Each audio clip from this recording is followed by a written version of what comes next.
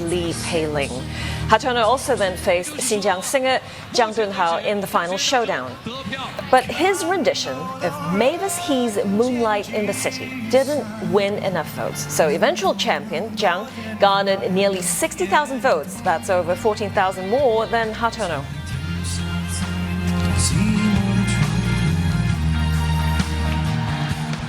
Well, let's talk about this with Tat Tong. He's global hitmaker and award-winning Singaporean producer-songwriter. Tat, you tweeted a few hours ago, so damn proud. So we know that you approve. But can you tell us about Nathan's performance in this final? I personally felt like it was very moving. I think he chose great songs. Like the song choice was excellent, especially in his second round performance. You know, the Anita and Mavis medley, that was it really tugged at the heartstrings. So he knew what he was doing.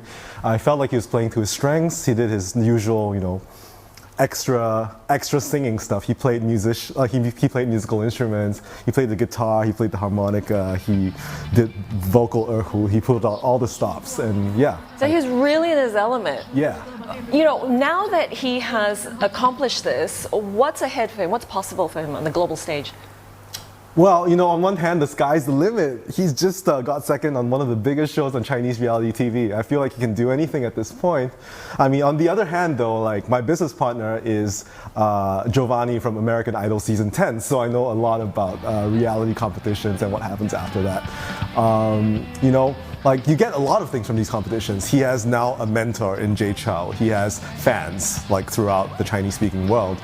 But in the end, you know, like whether a record label wants to sign him, whether the fans will still stick with him after the show, you know, he has to find a way now to make the transition from not just being an idol like on a TV show to becoming an actual like legit pop star.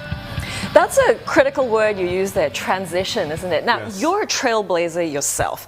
Do you see this new generation of Singaporean artists and musicians ready to make that transition to the global stage? Is the world ready for them?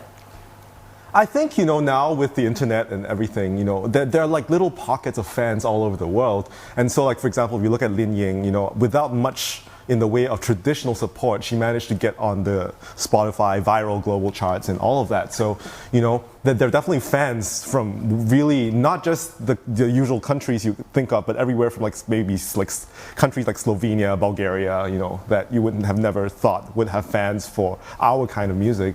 But they do exist. I think the critical challenge now is for more Singaporean musicians to get out there, get those fans, and eventually coalesce into some kind of Singapore brand. You know, so that people will sit up and take note whenever one of our musicians makes it out there. And it's not just like pockets of support, but a real movement. Oh, we thank you for flying the Singapore flag and the youth flag for us in the world. Thank you very much for coming in today. We were just speaking to Tat Tong. He's a Singaporean award-winning producer and songwriter. Let's take a quick look now at some of the stories from around the world.